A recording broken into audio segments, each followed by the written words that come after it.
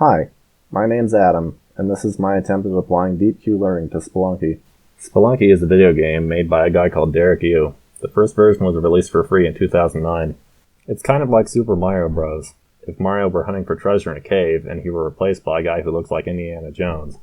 Spelunky was inspired by so-called roguelike games, which basically means that it has randomly generated levels and it's really difficult. The game was eventually re-released as a paid version in 2013, but I focused on the original for this project since the source code is publicly available. So, on to Deep Q Learning. Deep Q Learning is a reinforcement learning algorithm that was first used by DeepMind to play Atari 2600 games. What makes Deep Q Learning so incredible is that it can learn to play a game given only an image of the screen and the player's score. Deep Q Learning is a recent innovation that's actually based on two fairly old ideas in machine learning. The first of these ideas is Q learning. The goal of Q learning is to learn a Q function, which is a function that tells us how much discounted reward we can expect from taking an action from a state. This is how the Q function is updated. As you can see, it takes a state and an action as arguments. The first term is the immediate reward for taking the action. The second uses the Q function itself to estimate the rest of the future rewards. Initially, this won't be very accurate at all, since we're using the Q function to update itself. But this is why we run the algorithm iteratively a lot of times. Eventually, we should converge on good estimates. Notice the gamma in the second term. This is called the discount factor. We usually set it to a number slightly less than 1, and it makes rewards that happen further in the future count for less.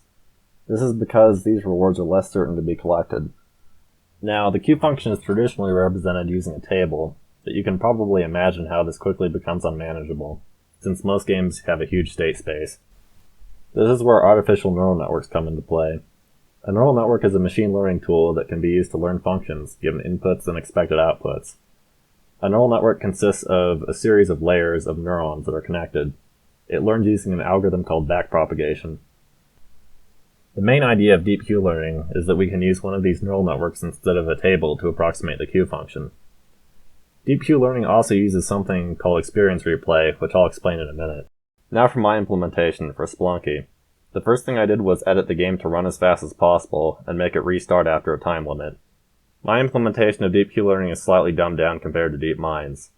Instead of providing the game's entire pixel buffer as a state observation, I use a set of simplified grids centered on the player. These grids aren't perfect, but they convey most of the relevant information, such as walls, treasure, and enemies.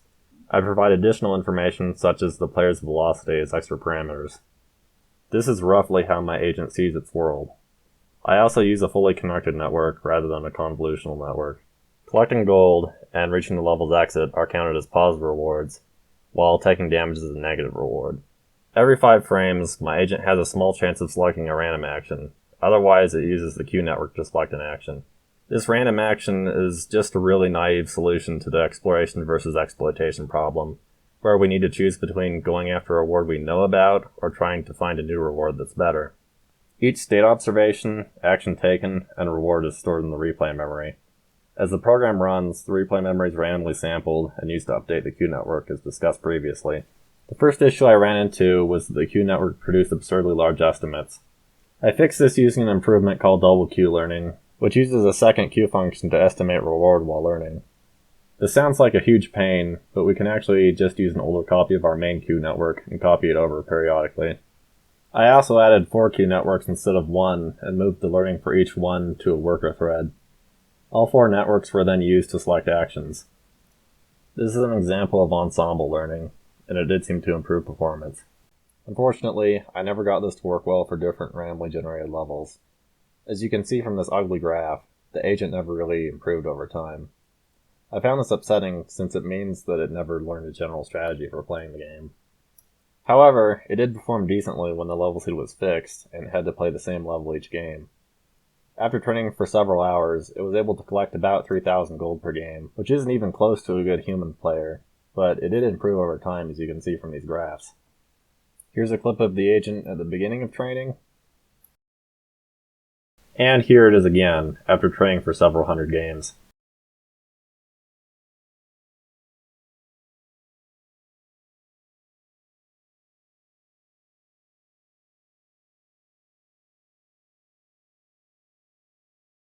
Anyway, thanks for watching, and don't forget to smash that like button.